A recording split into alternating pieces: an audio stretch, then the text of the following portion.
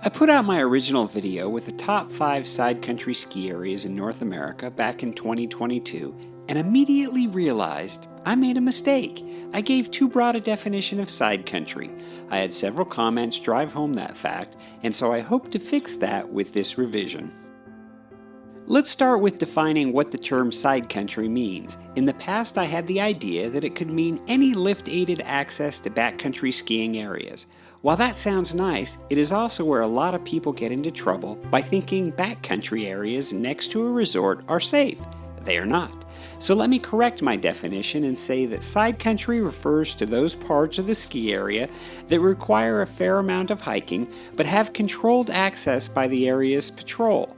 This means the mountain operations team performs avalanche mitigation and only opens the area when it is relatively safe to do so.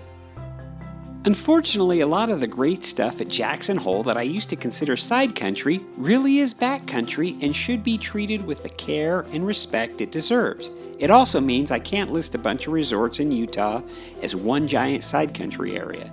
So I'm completely revising my list from before, and this video is not just an update, but a complete redo. In compiling this new video, I have gone back and read through all of the comments from the previous one to make sure I considered the thoughtful recommendations. I'm sure I am missing some great places, so be sure to leave comments about your favorite side country areas. This is one of those topics where the locals can really help out, provided they are willing to share. As I have changed the definition of side country to only include areas that should be considered safe because of avalanche mitigation, you might think I could forget the whole beacon shovel probe speech. Actually, I still recommend you bring your safety equipment, as well as a ski buddy. Those that ski inbound areas here in Utah after a big powder dump know that Ski Patrol recommends wearing beacons. If you are wearing a beacon, you might as well bring your other safety equipment, and for me that includes my avalanche airbag in addition to the aforementioned gear. It is wise to treat side country as a training ground for backcountry. Now remember that I search out steep and challenging runs, so areas that have such terrain will rank higher than those with just a lot of side country. That is why you won't find Powder Mountain on this list. So without further ado, let's jump into this revised list of the top 5 side country ski areas in North America. I'm going to take a little bit of liberty with this first one as I consider Alta and Snowbird to be the same resort, as they are so close together you can ski between the two. There are a number of different gates between the resorts, and if there is any danger, Ski Patrol will not allow you to go through them. Furthermore, at Snowbird, there are a number of signs threatening to prosecute for trespassing, should you duck a rope.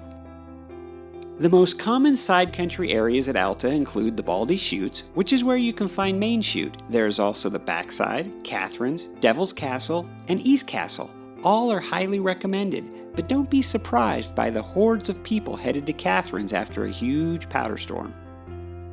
For about 5 or so days per year, you can find Pipeline open at Snowbird, and it is one of those runs that should not be missed. Snowbird also has plenty of side country off the GAD 2 lift that includes Tiger Tail and Red Lens Line.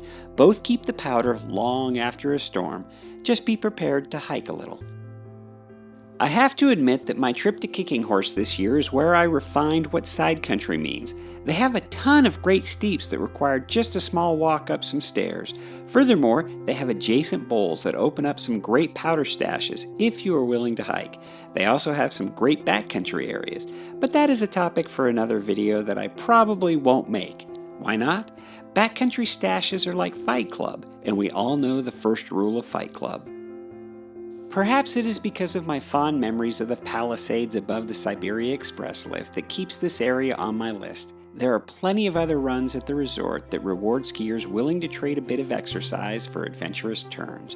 I have a lot of comments from Squaw Valley locals, Palisades locals, talking up their favorite inbound hikes. I'm interested in comments from more locals about how much new side country terrain is now available because Squaw and Alpine are a single resort. There used to be a backcountry gate between the two areas, and I'm hoping that it is now controlled and patrolled to make it safer. I knew before my trip to Banff Sunshine this winter that I would need to carefully scope out the Delirium Dive area. While it remained closed during my trip, I paid special attention to the various runs there. It looks to have some awesome steeps, and I would have liked to give it a try. Unfortunately, even if it had been open, I would not have been able to ski it as I left my safety equipment back in Utah. Before entering the area, you have to have a beacon, shovel, and probe along with a ski buddy. I only had 2 of the 4 as an avalanche shovel and probe are considered deadly weapons and carry-on luggage. You are also required to empty your airbag cylinder before boarding a plane. Never mind that every life jacket under the plane seats have one included. Oh well, perhaps I need to plan a lengthy road trip to the area. My wife and I had a great time at Aspen Highlands, and she recommended it for this video. While it has some great side country, I thought about the countless number of truly steep runs at Big Sky that require a bit of a hike. If you are a fan of hair-raising terrain and don't mind some uphill for your turns, Big Sky has the goods. You could spend weeks hiking around the area and still have plenty of unskied side country for your next trip. Well, that's my list. I'm sure there will be a lot of comments. What other areas should I consider? I know I missed some of your favorites, so please leave a comment below. If you liked the video, let me know by clicking that thumbs up icon. Don't forget to subscribe as there are more videos on the way.